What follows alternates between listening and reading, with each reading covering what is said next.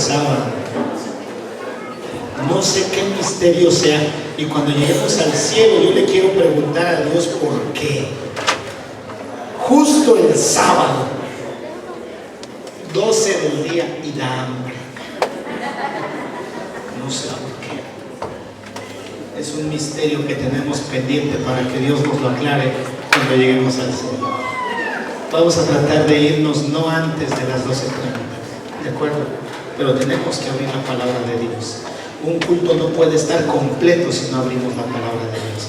Así que, hermanos, unidos a este gozo y a esta celebración, vamos a cerrar los ojos y vamos a pedir la bendición de Dios por su palabra. Querido Padre, ahora vamos a abrir tu palabra, Señor.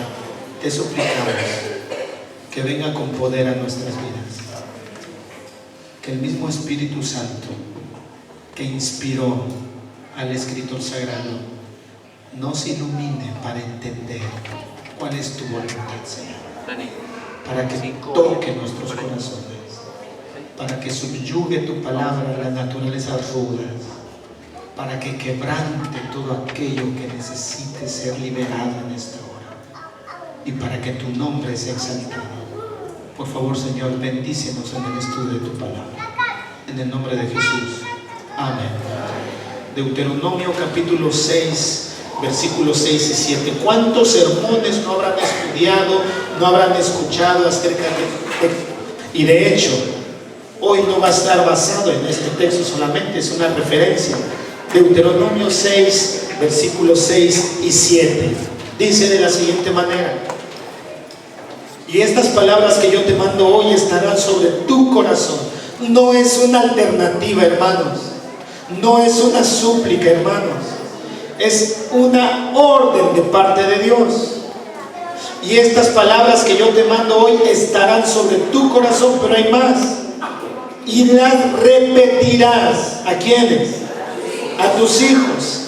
Y hablarás de ellas estando en tu casa y andando por el camino y al acostarte y cuando te levantes. Todo lo que Dios nos ha mostrado, hermanos, quiere que lo repitamos.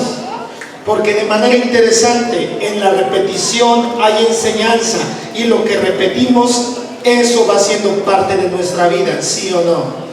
Claro que sí. Lo que repetimos forma parte de nuestra vida, se hace un hábito. Y alguien dijo por ahí, alguien escribió, y los hábitos forman el carácter.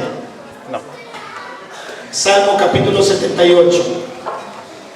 En este mismo pensamiento, hermanos, el salmista escribe lo siguiente. Salmo capítulo 78, versículo 5, 6 y 7. Y tal vez vamos a leer el 8 también.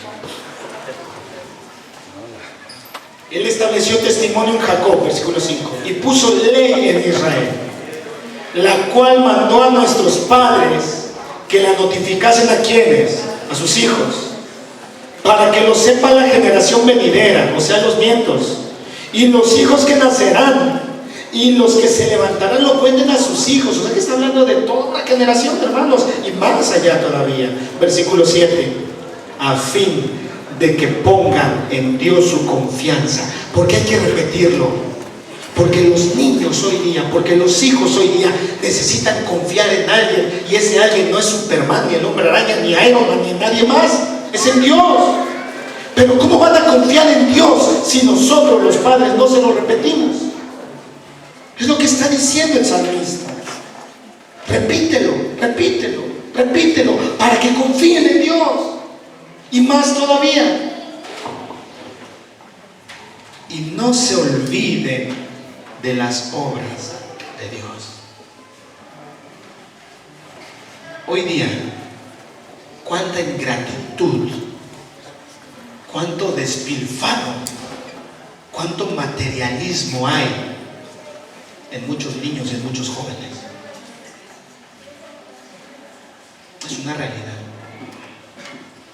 Porque los niños, los jóvenes, no todos, y yo espero que no sea el caso de ninguno de los miembros de nuestra iglesia, pero decían los antiguos, hoy día todo se les sirve en bandeja de plata y no saben lo que cuesta ganar un centavo. ¿O sí saben? En mis vacaciones, cuando llegaba el periodo vacacional en aquel entonces, ¿se acuerdan cuando las vacaciones duraban casi 3 meses? Sí. Cuando yo iba en quinto de primaria, quinto año, vino el periodo vacacional y yo dije, es el momento de vacaciones, casi 3 meses. No puedo olvidar ese momento cuando llegué a casa y me dice mi abuelita, yo crecí con mi abuela, escoge una semana al inicio, una semana al final. ¿Para qué, abuelita? Abuela, yo le digo, ¿para qué, abuela? Solo vas a tener una semana de vacaciones. ¿Y por qué? Ya terminaron las clases. Ya tengo a dónde vas a ir a trabajar. Pero, y solo vas a tener una semana, al principio, al final. Y entonces la mente de un niño de quinto año, dije, si es al principio se me van a acabar muy rápido, si es al final lo voy a disfrutar. Al final, muy bien. Entonces a partir del lunes va a pasar, miren cómo se llamaba el albañil con el que yo empecé a trabajar. Va a pasar Don Mónico contigo. Don Mónico, si el nombre lo tiene raro, ya me imagino cómo ha de ser, pensé yo. Va a pasar a las 5:30 de la mañana. ¿Qué cosa? Te vas a ir a trabajar con él. Y quiero que te portes bien. No vas a obedecer. Ya quedé con él, ¿cuánto te va a pagar a la semana? Y ya había negociado. En estas épocas, cualquier niño de quinto año le hubiera dicho, te voy a acusar de trata de niños. Pero no, en aquel entonces uno tenía que obedecer lo que la abuela decía. Pero espera un momento, dice. Cuando llegue tu semana, te va a pagar por semana. Número 1, vas a apartar tu diezmo. Número 2, vas a apartar ofrenda.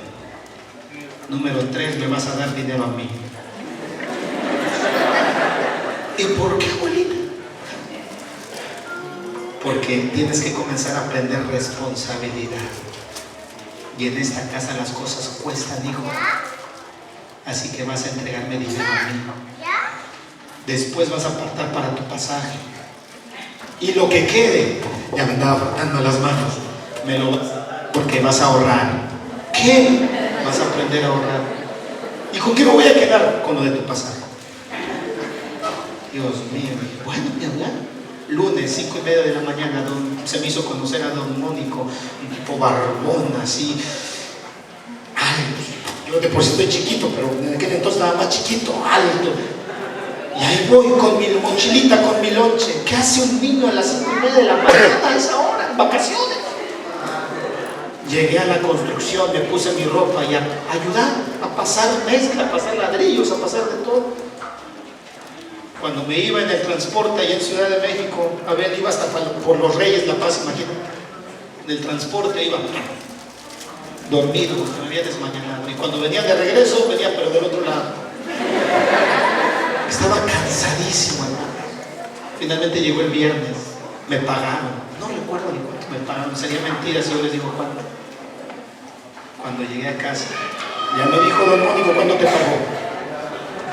Diezmo, ofrenda, lo de mi abuelita, y el ahorro.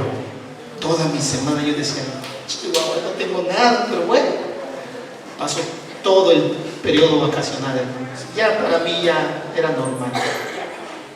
Cuando por fin llega la última semana, hermanos, dije, tengo ahorrado tantas horas.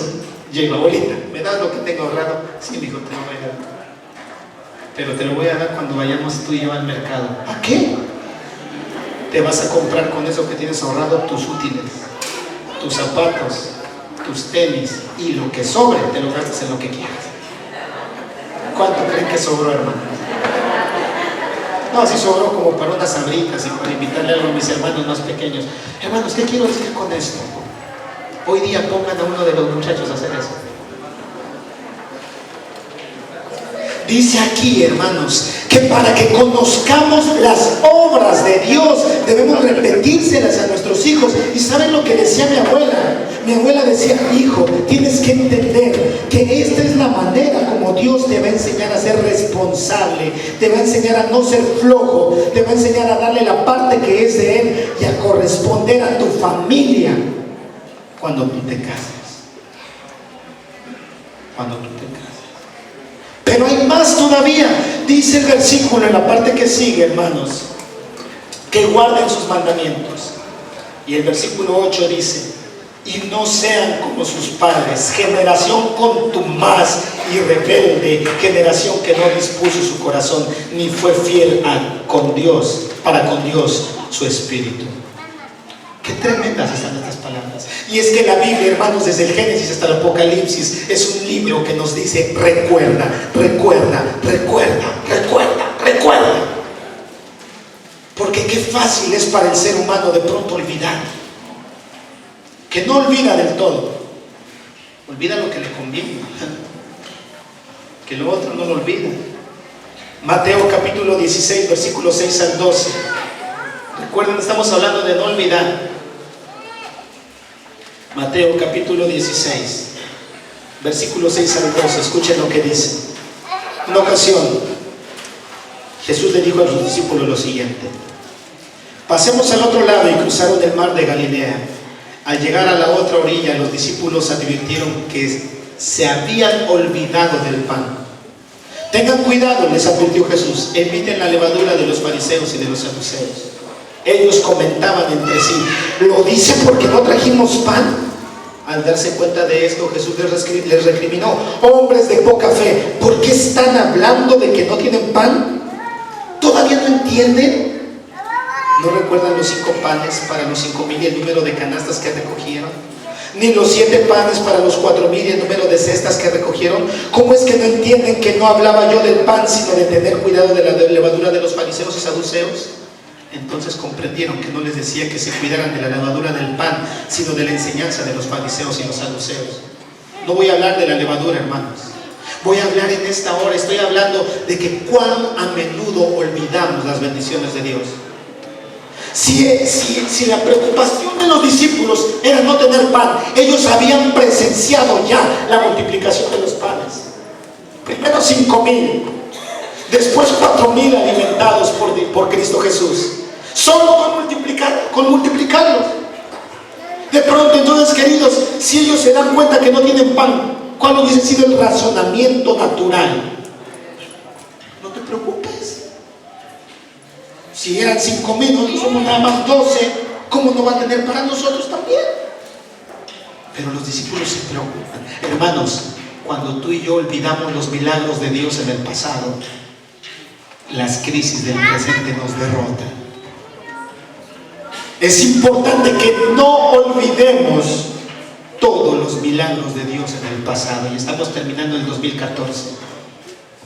¿Cuántos milagros de parte de Dios hubo en tu vida este 2014?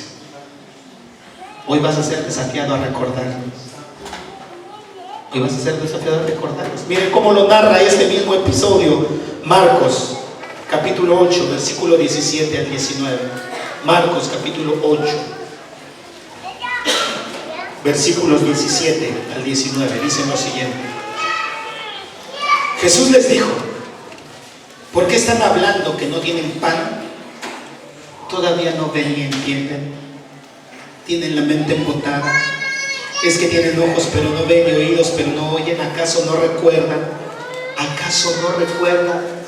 ¿Acaso no recuerdan cuando partí los 5 panes para los 5,000? ¿Cuántas canastas llenas pedazos se recogieron? ¿Será que en este fin de año Dios te dice a ti, me dice a mí: ¿acaso no recuerdas? ¿Acaso no recuerdas lo que pasó el 1 de enero? ¿Acaso no recuerdas lo que ocurrió en febrero? ¿Acaso no recuerdas esto, aquello? ¿Acaso no recuerdas lo que Dios quiere, hermanos queridos? Es que nosotros tengamos refrescos, los milagros de Dios en nuestra mente, que hagamos un continuo análisis de cómo Dios ha estado con nosotros presente a lo largo de nuestra vida. Cuando el pueblo de Israel pasó por el Mar Rojo, Dios se lo dijo a Moisés de esa manera: que no olviden, diles, el Señor demostró su poder, no olviden, lo sacó de Egipto, no olviden, ustedes eran un pueblo esclavo, no olviden, recuérdenlo, recuérdenlo, recuérdenlo. Muchos, hermanos queridos, recibimos milagros a lo largo de este año, pero tendemos a olvidarlo. Y cuando enfrentamos un problema, pensamos que Dios nos ha dejado. O tal vez no pensemos en este año, pensemos en nuestra vida completa. Tal vez estamos en un punto en este momento en nuestra vida donde estamos enfrentando una situación difícil. No olvides los milagros del pasado. Y ante esto, quiero recordar junto con ustedes la historia de David cuando va a enfrentar a Goliat. ¿Qué le dice Saúl a David? Tú no vas a poder, chiquito. Estás muy niño. Tú no vas a poder. ¿Cuál fue la respuesta de David? ¿Se acuerdan? ¿Cómo que no va a poder? Si cuando he estado de pastor de ovejas, viene un león o un y me quita una oveja, yo lo golpeo hasta que la suelta. Y dice todavía, y si me ataca, lo sigo golpeando hasta matarlo. Interesante. Mi pregunta es, ¿quién estuvo allí para echarle porras a David cuando venía el oso o el león?